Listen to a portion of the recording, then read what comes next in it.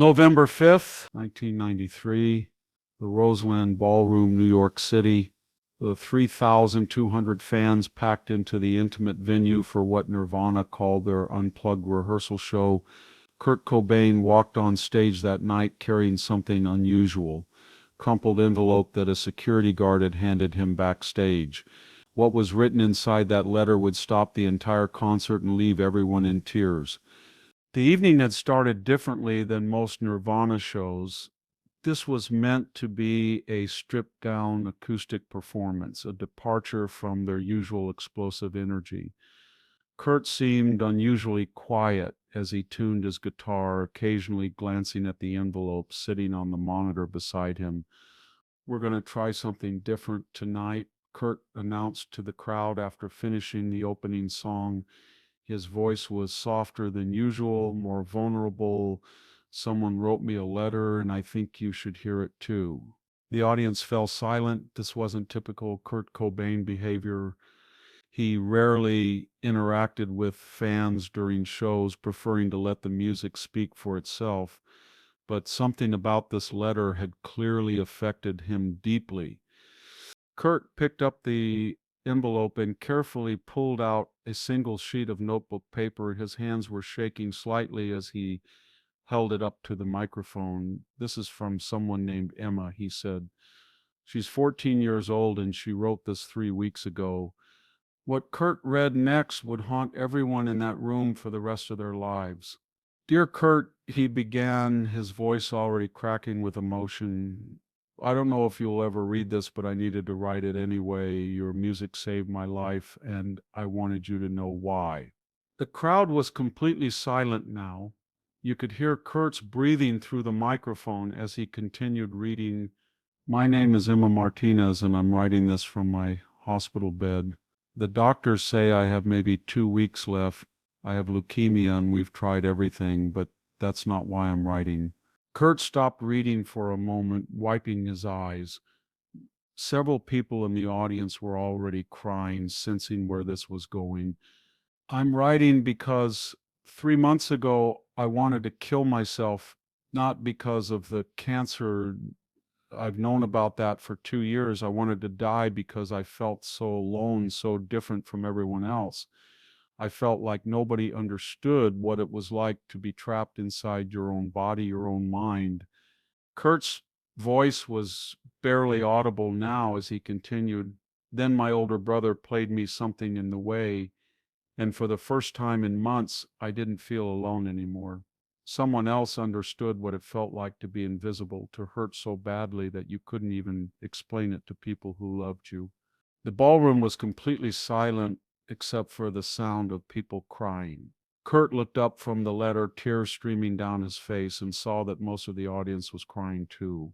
She says, Kurt continued, his voice stronger now, "Your music taught me that feeling different, feeling broken, doesn't mean you're worthless. It means you're real, and being real is better than being perfect." But Kurt wasn't finished reading. The most powerful part of Emma's letter was still to come. "I started going to group therapy for kids with cancer. I played your songs for them. We would sit in this sterile white room and listen to Come As You Are, and suddenly we weren't just sick kids anymore. We were part of something bigger. Your pain became our pain, and our pain became something beautiful." Kurt had to stop reading again. He set the letter down and walked to the edge of the stage, looking directly into the crowd. She says that 5 kids in her therapy group, 9 kids who had given up hope, started fighting again because of our music, started believing they were worth saving. The audience was mesmerized. This wasn't a concert anymore. This was something sacred, something that transcended entertainment and became a moment of pure human connection.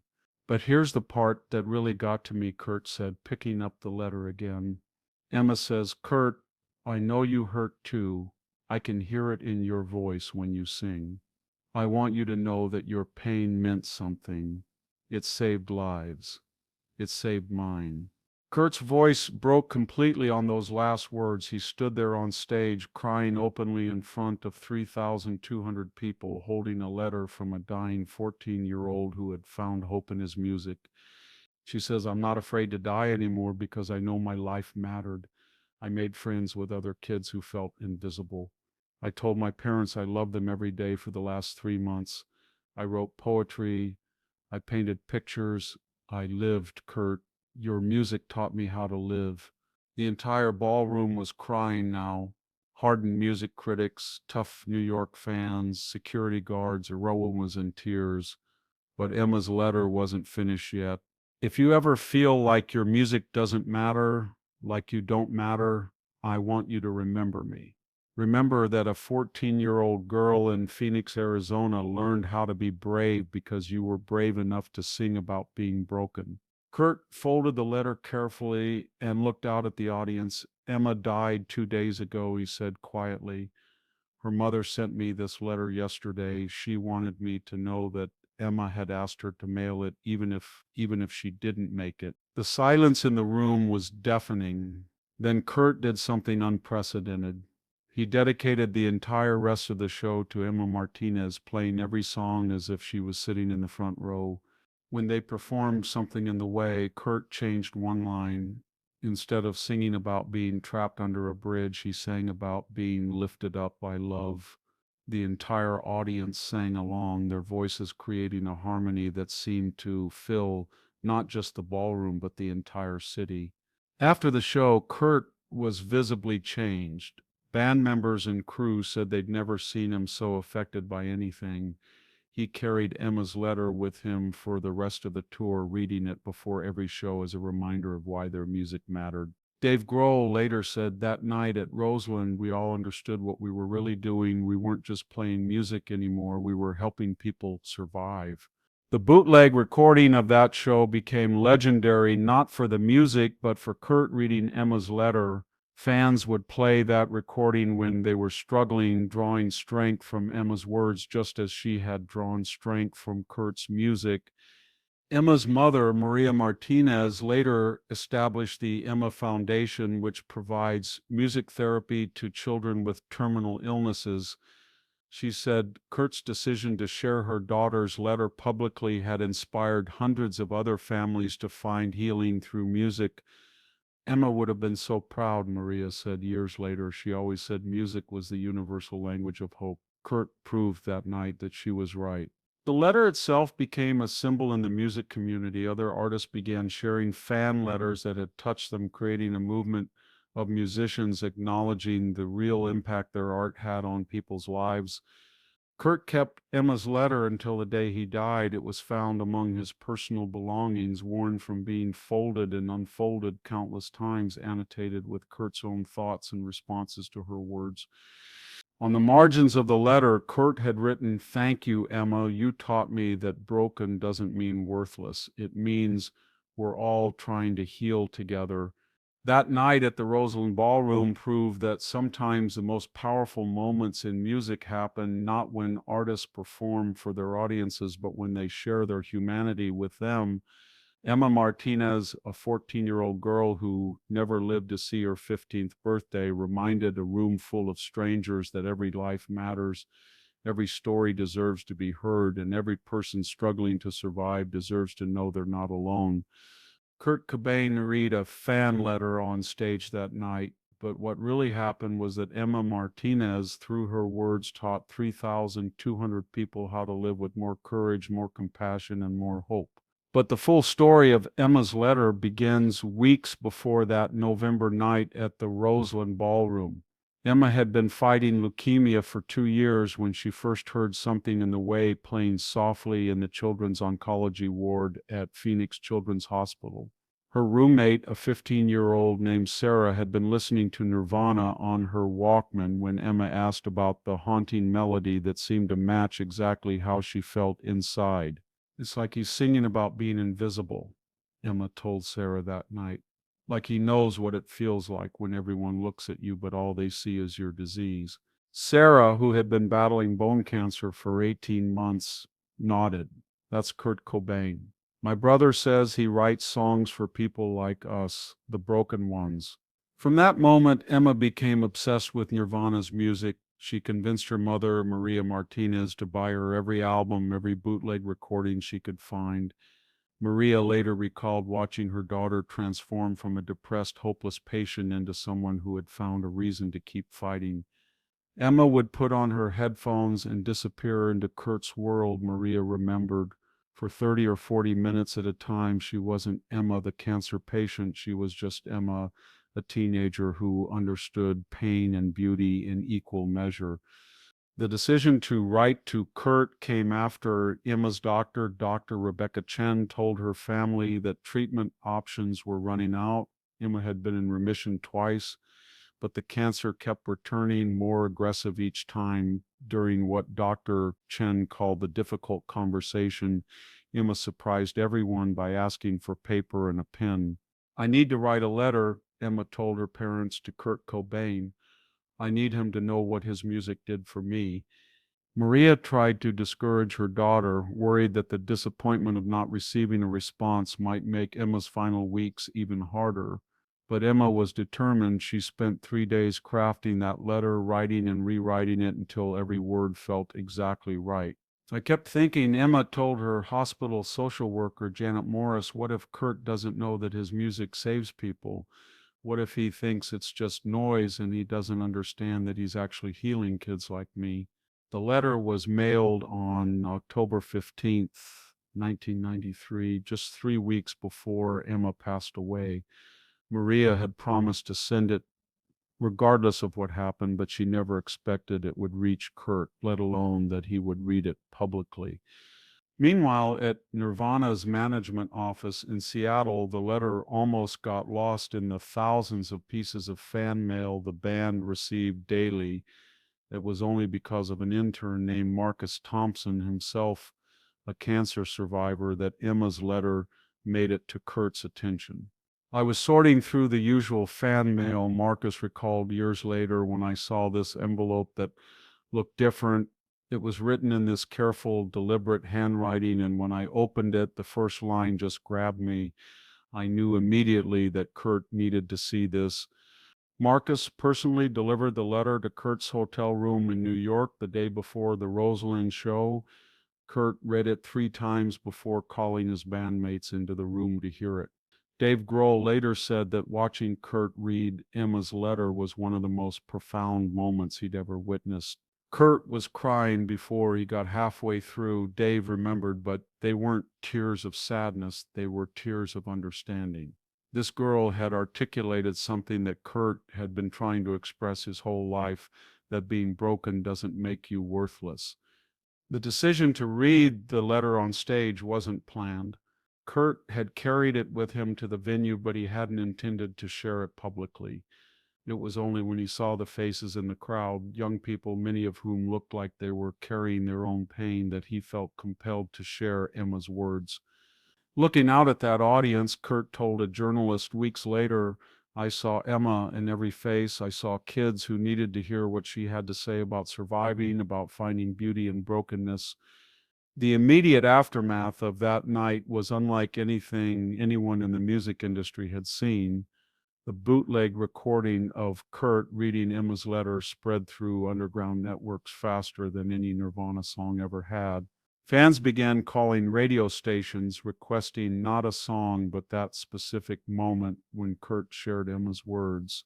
Dr. Sandra Williams, a music therapist at Children's Hospital of Los Angeles, was one of the first medical professionals to recognize the significance of what had happened at the Roseland Ballroom.